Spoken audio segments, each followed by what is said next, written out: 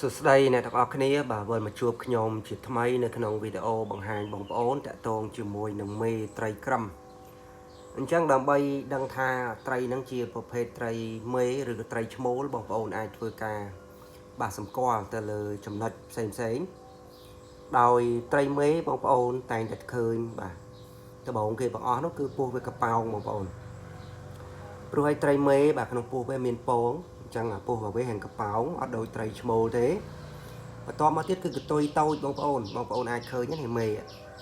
បាទនេះគឺត្រីមេបាទកតុយវាតូច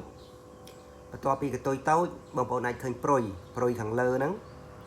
គឺវាអត់ដល់កតុយទេបាទគឺវាអត់ដល់កតុយទេបាទព្រុយវារៀងឃ្លាតឆ្ងាយពីកតុយបងប្អូនហើយព្រុយក្រោមក៏រៀងតូចដែរបងប្អូនអាចឃើញនេះព្រុយក្រោមរៀងតូចហើយមួយវិញទៀតបងប្អូនទាំងអស់គ្នាបាទមួយជើងសេះបាទជើងសេះឬក៏ជើងធូបហ្នឹងណាបាទជើងសេះឬក៏ជើងធូបហ្នឹងវាខ្លីបាទវាខ្លីតែចំណុចខ្លីនេះបងប្អូនអាចឃើញបាទចំណុចខ្លីនៃជើងសេះឬក៏ជើងធូបហ្នឹងគឺភាគច្រើនបាទឈ្មោលក៏មានដែរឈ្មោលក៏វាមានជើងសេះខ្លីដែរអញ្ចឹងបានខ្ញុំនិយាយថាបាទមេភាគច្រើនបាទមេភាគច្រើនគឺជើងសេះនេះវាខ្លីប៉ុន្តែមិនមែនទាំងអស់ទេបាទគឺភាគច្រើនអញ្ចឹងបន្ទាប់ពីពោះកប៉ោងបាទកតុយខ្លីព្រុយខ្លីបាទព្រុយក្រោមខ្លីបាទជើងសេះខ្លីហើយចំណុចសម្គាល់មួយទៀតណាបងប្អូនទាំងអស់គ្នាបាទមេគឺវាមិនសូវជាបាទមិនសូវជាអួតខ្លាំងដូចឈ្មោលទេតែត្រង់ចំណុចនេះមិនមែនមេទាំងអស់ទេបាទវាមានមេខ្លះគឺអួតដូចឈ្មោលអញ្ចឹងបាទដោយប្រភេទបងប្អូនដែលកំពុងឃើញនេះជាប្រភេទត្រីក្រឹមបាទថៃម៉ាឡេនេះមេបងប្អូនណាបាទមេបាទល្អអញ្ចឹងជាប្រភេទបាទត្រីក្រឹមបាទថៃម៉ាឡេបងប្អូនអាចឃើញស្រាប់ទេមើលតែពណ៌សម្បុរដឹងហើយបងប្អូនបាទតែទូរស័ព្ទនេះឥឡូវវាដាច់ flash បាត់ហើយវាដាច់ភ្លើងណាអញ្ចឹងយើងថតទៅវាមើលឃើញនេះវារៀងខ្មៅអញ្ចឹងតែពណ៌វាគឺពណ៌វារៀងប្រផេះបាទពណ៌វារៀងប្រផេះបាទអានេះគឺជាមេបាទមេថៃម៉ាឡេ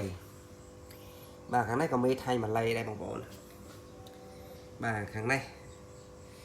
អានេះពួកខ្មោចកាត់ដោបាទនេះតែមើលអត់សូវច្បាស់ថាវាដាច់បាទដាច់ភ្លើងអញ្ចឹងជាធម្មតាការសម្គាល់ត្រីក្រឹមមេបងប្អូនទាំងអស់គ្នាដោយខ្ញុំបានរៀបរាប់អញ្ចឹង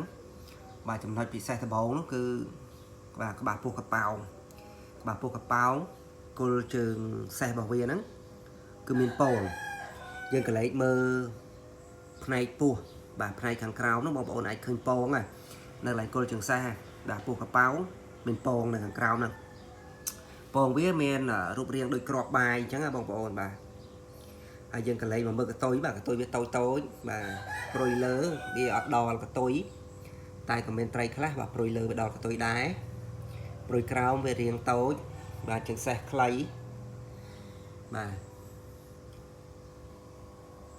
បាទដូចត្រីនេះអញ្ចឹងបងប្អូននេះអាចឃើញនេះ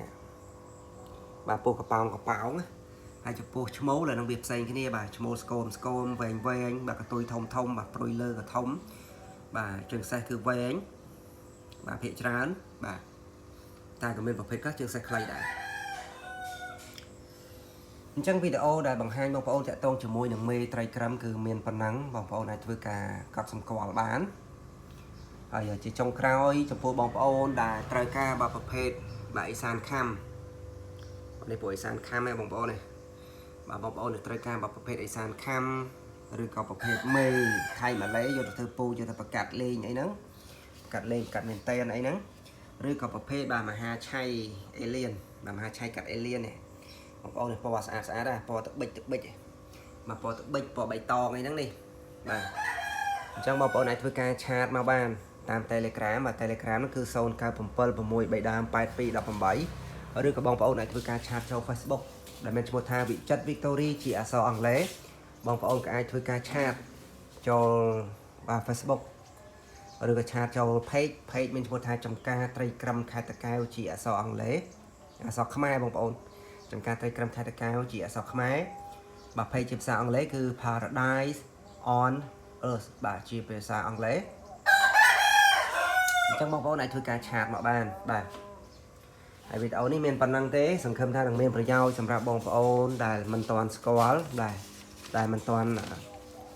chạy mớ khá tá tray na mế tray na mồn trong video chạy ẩm lết cho mình phần năng ở cuốn completeជួយចុច like វីដេអូជួយចុច subscribe channel YouTube ជួយចុច follow page បាទវីដេអូមានប៉ុណ្ណឹងអរគុណអ្នកទាំងអស់គ្នាបាទជួបខ្ញុំវីដេអូបន្ត